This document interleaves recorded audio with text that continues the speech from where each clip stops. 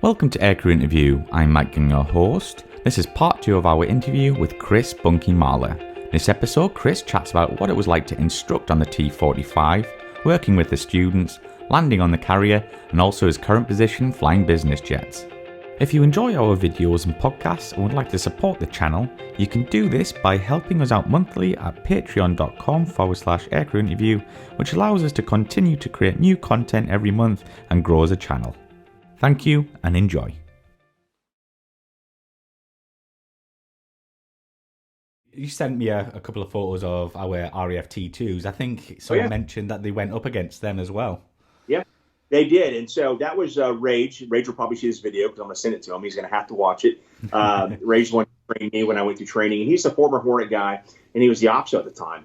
So when you guys came down with those gorgeous the gorgeous Hawks, I think they're a 120 series. I mean, they were absolutely beautiful, black gloss and everything. And so guys got to go up and fight them. And said, I've learned from a couple of Hawk guys that said, hey, it didn't have the performance of like your Hawk 60s, but apparently it had combat flaps, or I think that what they said they would automatically deploy in turns or something, and it really. It was able to wrap up the T-45. The T-45 is still outweighed that jet by, I think, 700 pounds because the gear. Yeah. But, Rage told me, biggest thing was that FADEC motor, just because, there's no lag whatsoever. And that's the one thing you got to be careful about T-45. I was going to say that was one of his weaknesses, was that motor. It tended to compressor stall pretty easily. I know I had it happen one time simply in a baby form where I'm braking, and just the airflow into that, I guess, the intake. Here's some pops, and you roll out. Everything was fine, but sometimes guys could lose that motor. But the big thing was behind the boat. Jets have spool-up times, but that thing really, if you went to idle, you had to be at idle.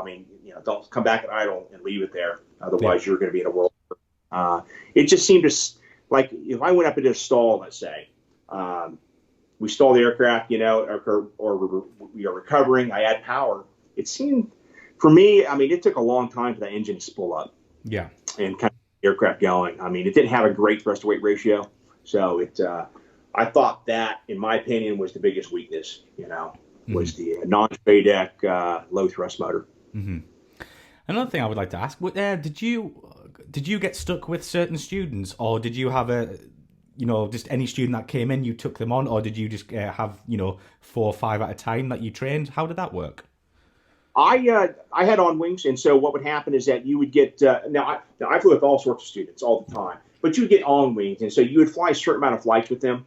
I do not recall which flights. I think maybe their first, 5 or 6 flights. Mm-hmm. So you would stay with them, and they would go off and do other things. But they would be their first experience was with me, whether good or bad, I don't know. But yeah. So again, I flew with foreign students. So we had Saudis come in. And Saudis don't fly Navy jets, but I guess they bought a bunch of F-15s, and the Air Force couldn't take them all, so the Navy ended up taking Saudis. And because I trained Saudis, they put me kind of in charge of that program. Yeah.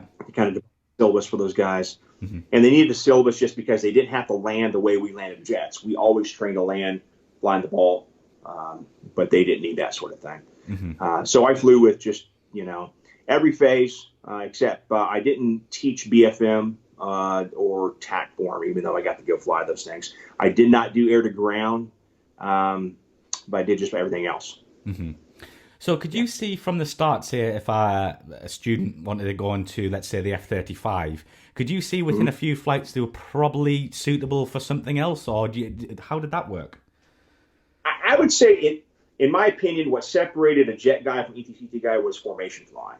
Right. So if I could see a guy who could handle from 2-plane, cruise form, get in position quickly, stay in position, and be able to kind of, quickly see that, hey, work the controls. Because basically when you're flying formation, if you're reactionary, you're too late. You're like, oh, I'm going to suck, well, you're already too late. So the students that can handle the formation flying, I felt generally were suited to go on, continue into the strike syllabus, go fly Harriers or F-18s, or I guess now they are selecting F-35s. At the time, they were not. Mm-hmm. But then there came some issues, and what was happening, when I was a student and I got E2C2, I'm like, I had jet grades. I felt it was unfair. And then when I was an instructor, what was happening was this: they would have a board and they would go, okay, those going E2C2s would be those guys to the left of the curve with the lower grades and all the jet guys. Okay, well, that's fair. I mean, because, you earn your grades.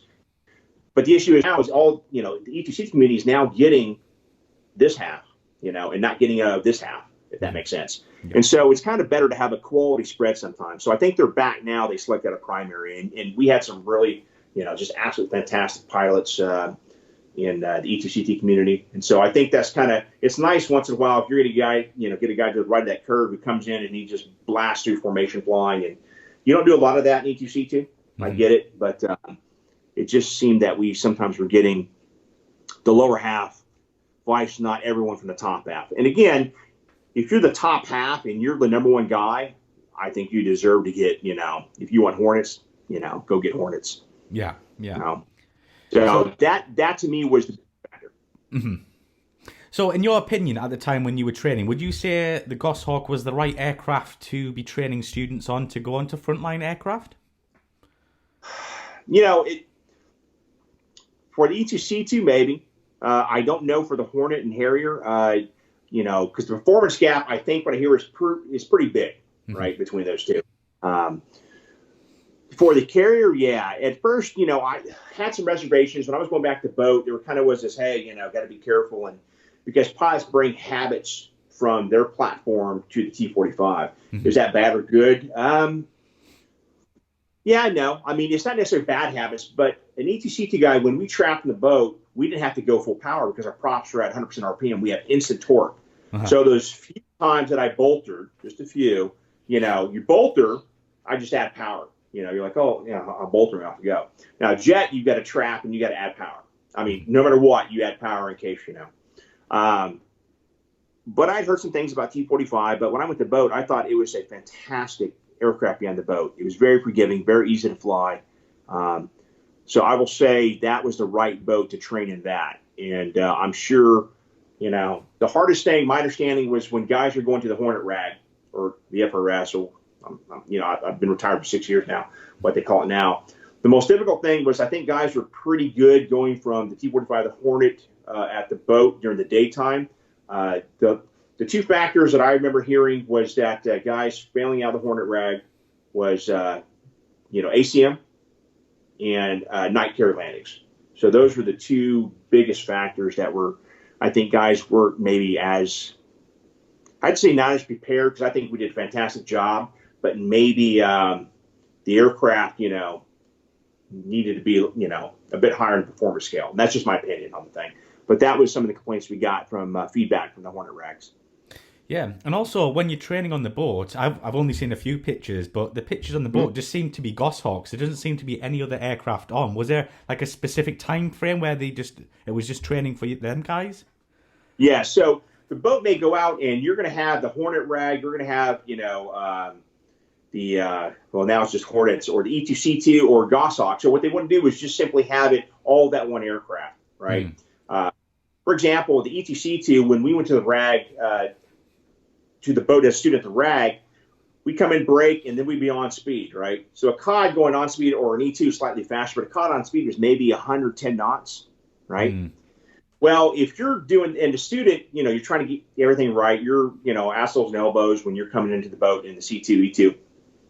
If you're in the fleet now and I come in and I brake and I roll, I'm on speed, and let's say I brake at a mile and I come out and the boat's out here and I'm coming down and I'm on speed at 110, and the Hornet behind me brakes and he's on speed at 140. Mm-hmm. He's just going to eat my lunch. He's just going to catch up. You can't do that, right? Mm-hmm. So in the fleet, students get from the Rag and they brake and I'm like, nope, 150 knots until being the ship. Mm-hmm. And they're like, oh, okay, yep. And then you get on speed. So what we want to do is just make sure the carrier just has those specific aircraft, so there's no kind of intermingling, and so air speeds and all that. It's just very focused on those student pilots landing. Mm-hmm. So how long was the course from start to finish for a student? It could, there's always delays. There's weather, boat delays, range delays. Mm-hmm. About a year, I think, would average. Yeah. And that's just for T-45, though. Right, I see, yeah. And did you ever connect, become friends with any of the students you trained? Yeah. Yeah, on my Facebook, I got several students, and the one thing I'll say is that some of these students that I got, they just blew my mind how good they were. I mean, Yeah. it was just, I mean, I'm like, I had to struggle to be average. I always do. I had to work my butt off, and I might get to the average mark, but some of these students were just from the get-go so fantastic. And here I am as an instructor. I'm sitting in the back seat or the front seat and watch these guys fly and do what they do, fly formation. I'm like, man, I wish I was half as good when I was a student. Mm-hmm. So I do. I have quite a few as friends on Facebook that I stay in contact with, and some are E2, C2 guys, and most are jet guys. Obviously, because most I flew with in T-45 land, we're going to go fly jets. Yeah. But, yeah. Maybe you're not allowed to say this. This is just an off note from the questions, but was there any ego involved? So if the student was better than the instructor, was there any ego that came in from one of the instructors that you knew, or anything like that? That's the thing. The student was good. He had to be careful. And there was a student, an example, and he was a Marine student. I think he was an Embry-Riddle guy, and he was Monwing. He was actually pretty good. I think he flies Harriers now, I believe. Mm-hmm. And the way I taught, and this is not how all students taught. We had some guys. We had one of our pilots going to be a Blue Angel. He was Blue Angel number 2 for the last couple of years. I think his last name was Cedarhood. Matt, I believe. He had a twin brother who also flew Hornets. But how I would do it, when I'd have a guy in fans, my on wing coming to break, I'd come to break 250 knots, 280. And it's just a mental thing. It really looked almost the same outside, and then step it up to 350 knots. Yeah. The T-45 could go faster, but we had an SOP 350 because what was happening were guys were doing 400 knots in the break and over-G'ing the aircraft. Hornet guys. So I had a student one day, and we were coming back in, and he says, and he's doing pretty well, and he says, "Hey, sir, do you mind if I do the break 350?" Now, we had SOPs going on. We had parallel runways, SOPs on this side, so we're going to do a right break. We've been doing left breaks. I said, "That's fine. You want to do it?" But just 2 things. One, just keep the brake level, 6 Gs. And I said, watch out, because we had parallel runways. We had 2 other parallel runways this way. I said, watch out, we're going the wrong runway. Said, "Sir, I got it." So we come in, we go on the break. And the student was very cocky because, he knew he was pretty good. Uh-huh. And as he goes to the break, I can see he loses sight of our runway and he's going towards the wrong runway. But the problem was, when he went to the break, he keyed his ICS and he kept it down, and he yelled, as he was going to break, he was yelling "yeehaw." So he was like, "yeehaw." And I'm like, watch the runway. But he couldn't hear me over the time. And I finally had to, physically take controls and yell and correct him, and then told him to full stop. When an instructor tells you to full stop, you're supposed to balance, that's never a good thing. But because he did exactly what I told him not to do, and he had a bit of an ego and arrogance about him, but he was fantastic. I mean, he was really good. He just kind of had to have that knocked down a bit. Mm-hmm. So how many hours did you get on the T-45? And can you share a memorable story? I'm sure you've got many, but just go with us. Yeah, I'm trying to think. I got 800 hours T-45, instructor hours. And I know it was funny with T-45 is that, that flight time came sometimes at 0.5 at a time, or maybe a 1.1, and you may fly maybe 3 X's a day, and you'd end the day with like 2.5. You're like, that is all I flew. I'm tired, I'm hot, and sweating. I'm like, that's all I did. But it was always fun. I'm trying to think, T-45, I mean, I had all sorts of great experiences. I mean, I remember one of the most fun things, I mean, I did the BFM stuff and all that. It was very structured. I thought, it was fun from my perspective. They let me flight students and stuff. And I remember one day I got the debrief, and the instructor's like, he's like, "Bunk, you're better than the student." And what that means, you sucked, but you didn't suck that bad, Right, yeah. For a COD guy, I guess, okay. But I thought tail chase was probably one of the most fun things we did. And the tail chase was not scripted. So basically, at the end of a cruise form, you had gas. We didn't always have gas. Most of the time, we did.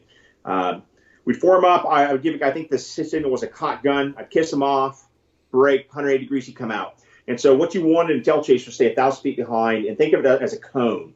And so when I start to do maneuvers, you stay in that cone. You're not trying to pull lead on me and gun me or anything. What you're trying to do is just keep, do displacement rolls and stay behind. And always fun, because there were times, I mean, you'd have maybe, if I was with a student, the instructor would just go balls out. He'd be all over the sky. and I'd have to go hot mic because, we're going from, and students would get right on the verge. I think the max G above 5,000 was 7.33 Gs. Okay. T-45 couldn't sustain that. They instantaneously get there with you had 400 plus knots, and we're going uphill, downhill, and all that.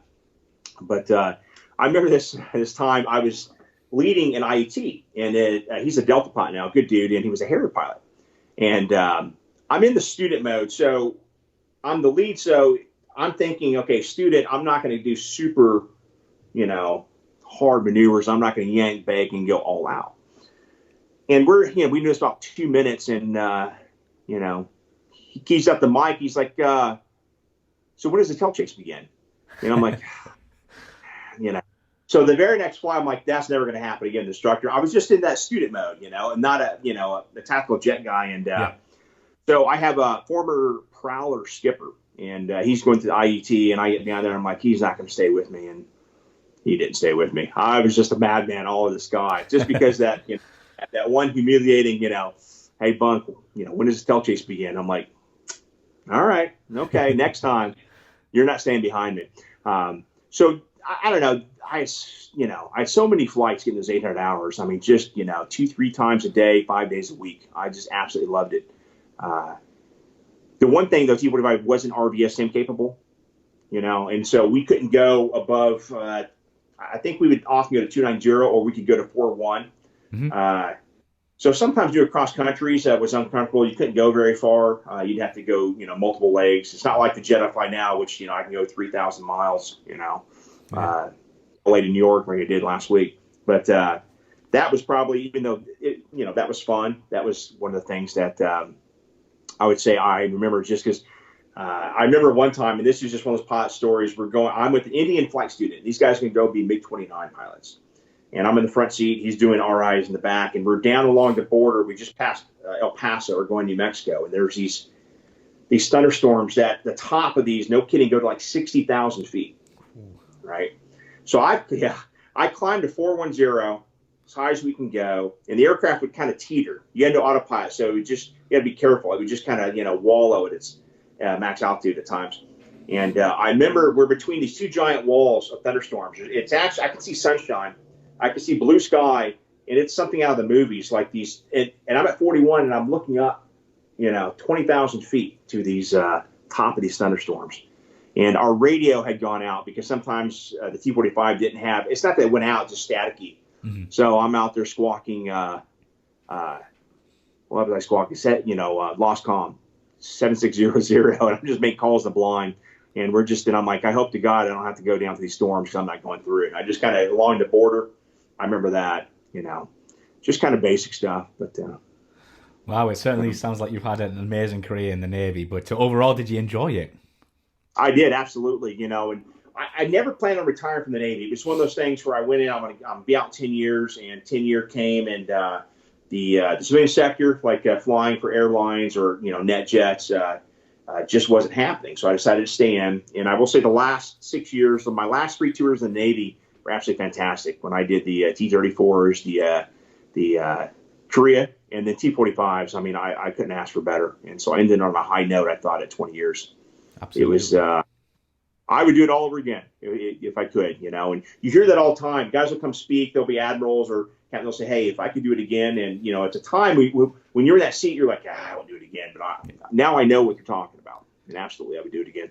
I hear that every time I interview someone. Absolutely, I'm sure you would jump back in the seat.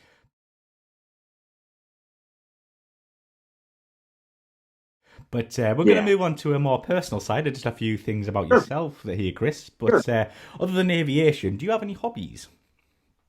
Well, I have hobbies. I live in Texas. I was born in Mississippi, grew up in California, but I love shooting. So I'm a big gun guy. I actually on my table had one of my rifles, but I didn't want to have it for the video, so I took it down. You never know. Some people are like, hey, there's always someone like that. Yeah. So I thought I'll take it down, but that is my biggest passion is shooting. I don't hunt, but I love shooting guns. I've got rifles, handguns, and I go out and I shoot all the time. That's what I did yesterday. Spent my day shooting. So that, and I like fast cars. Wow. Yeah, real fast cars. I used to race. I had a C6 Corvette, 2005, and I used to race that every weekend in Pensacola, when I was in Net South, I would race every Friday, Saturday night. And so those are, I think, my two biggest passions. That's very cool. And we Yeah. probably already know this. Favorite aircraft you've flown? Well, yeah, okay. So T-45, obviously. I mean, I've got the COD, T-34, T-45. Although when I fly now, the Citation Sovereign is a fantastic jet. I mean, it really it climbs like a homesick angel. I mean, it's amazing. I actually am surprised by a jet. You know, of course, these jets that were designed to fly, you know, just a few rich people around. Mm-hmm. They're designed to fly long distance, to get up high quickly, you know, in the 40,000 foot range and just go. So, Mm-hmm. but T-45, hands down, it turned well. I mean, it was dynamic. You could go all over the sky with it. It was great at the boat. It looked great. I wish the Navy would do away. We used to call it the clownfish, you know, the red and white design. Or orange and white, how you want to look at it. We had a couple birds that you've probably seen that are painted. But when I saw those black Hawk T2s, I'm like, wow, that would be fantastic if we could have them look like those aircraft. Yeah, all of our training aircraft are actually painted black. They're all like that. Yeah, they are fantastic looking. And I think those Hawks had something. I think they were the cockpits could come out and you could put, like, if you were going to fly the Typhoon, you could put the Typhoon cockpit in there, or if you're going to fly, you know, the Tornado or something like that. I think those cockpits could change out. I think that's what was the beauty of that design. Yeah, definitely. What they were doing. And Yeah. is there an aircraft you wish you could have flown in your, let's say, Navy career? Probably the F-18. Now, when I was growing up, the aircraft I absolutely loved was the A-7 Corsair. And as a midshipman, I got to fly in it. I had 6 hours in the backseat of the TA-7C Corsair 2 with the VA-122. And I absolutely adored that aircraft. But by the time I got in, the aircraft was going away. And so that was just not going to happen. You know, so I definitely wanted to fly the Hornet. And it was the Hornet, believe it or not. And I know it's like flying the jet version of the COD was the S3. And the reason I thought about flying the S3 was just because it looked like a very easy aircraft to fly, and it was right there to San Diego. And that's the one thing about being a COD pilot. I was stationed out of NAS North Island, San Diego. And brother, you can't ask for like a better city or better weather. I mean, it was just an absolute beautiful place to be for two different tiers. Yeah. So you have that. And obviously, you just mentioned it before, but do you actually still fly today? And if so, what do you fly and where do you go? Yeah, so I fly with NetJets. So I'm wearing, hey, you know, go NetJets. I fly the Cessna Citation Sovereign, and NetJets is the, you know, just promoting, but is the largest private jet company in the world, and we fly the one percenters. Certainly, I'll never be able to afford to fly with NetJets, you know. So luckily, as a pilot, I get to fly them, and so I fly the Sovereign. We have like 12 different jets. We have Gulfstreams, Global 6000s. We've got the Longitude coming. We fly Challenger 350s, 650s, that sort of thing. So mine is a medium-sized jet. Great company, great jet to fly. It holds 7 people in comfort. We average probably, I think, maybe 2 people per flight. Wow, lucky few. And we go, yeah. So I go all over the place. I work 7 on, 7 off. Those 7 days I'm on, we fly just about everywhere in the United States. I fly to little tiny airports. The jet I fly can land, you know, at short airfields and take off from short airfields. So I'm not always going to the big, busy airports. I'm going to places in the middle of Wyoming, Montana, you know, then I'm going over to Boston, going to LAX. So it's a pretty neat job. Yeah, it sounds like you got it good. That's for certain, Chris. But before we wrap up, we've got a question from one of our patrons, and it's from Joe Kunzler. And he said, why don't you do night traps in the T-45 Goshawks? So the night traps are left up to the fleet replacement squadrons, right? So it's to prepare for night carrier landings it's a lot of work. And so for whatever reason, the Navy dictated years ago, I assume years ago, that, hey, all that's going to take place at the RAG level. It takes just an extra amount of FCOPs, extra amount of training and time. So it's just the Navy dictates that the safest way to go for a brand new student is day traps, and then he'll go to the Hornet E2 RAG. He'll do night trap or day traps, and then he'll follow that with night traps. And night traps, I tell you, I didn't mention any because I'm trying to think. They were all terrifying for me personally, but especially there was one night we launched off the boat. We were in the Persian Gulf, and we were on Cat 4 on the Connie, and they had shorter catapults than the modern nuke carriers, and it was just a big bang. And I was in the right seat. We had my OSC Wharf, great leader, great pilot. We launch off in darkness. There's no horizon, and I remember the gyros roll. So they just, as we go off, but we have a peanut gyro, and it used to be the backup gyro. It was a little bitty thing. I don't know. It was either at the bottom or top somewhere. And so now we have to fly off this peanut gyro. And we end up coming around, and I think we trapped. And we had this peanut gyro, and then Worf had to fly off Needles, which I think was on another gyro. Not really gyro. So you had to look here and down. So you've got, you're flying the boat at night, coming back to land, And so that's the kind of, just terrifying moments at night when there's no horizon. It's easy to get vertigo. So I think what they want, I think this is the reason why is they want a bit more experience, a bit more flight time. So by the time they get the night traps, instead of having 200 hours, now they have, 400 hours, if that makes sense. A little bit safer with that, a little bit more experience level built up. Yeah. And the last question for our patron who wants to remain anonymous, where did you get your call sign Bunky from? Yeah, Bunky. It's all over my stuff in the back. I mean, so at a party in December of 1995, there's a bunch of us, we're students, we're talking about guys with call signs or how they come up. And I just got married at the time, and my wife was calling me Honey Bunny, and then she called me Hunky Bunky. So at this party, she blurts out, his call sign is Hunky Bunky. And so everyone was like, you're Bunky. And it just stuck because it wasn't cool. It wasn't anything, I'm like, you couldn't have said Thor, something off. But because it was Bunky and it stuck, I mean, my whole career was Bunky, Bunk, and people still this day, all my Navy brothers, sisters call me Bunky. Well, it could have been worse because I've heard worse than that. That's oh, sure. Yeah. Oh, it's definitely worse. I won't go into it, but there's definitely some call signs out there that are worse. But so I guess, in those regards, I got somewhere middle of the road. Yeah. Mm-hmm. Well, Chris, it's been an absolute pleasure talking to you and hearing a bit about your story. And I just want to thank you for coming on the show. Well, I appreciate you having me. I thought with all the great stories that there are, that my story isn't much, but I saw Hey Joe's interview, and Hey Joe's a fantastic guy, one of my idols, and I said, hey Joe, why don't you ask them if they want to hear about CODs? I was kind of joking, but not. I said maybe somebody wants to hear about it. But the T-45 flying, was kind of exciting. So I appreciate you having me on. Yeah, because our viewers, honestly, they're going to love the interview. And yes, thanks again.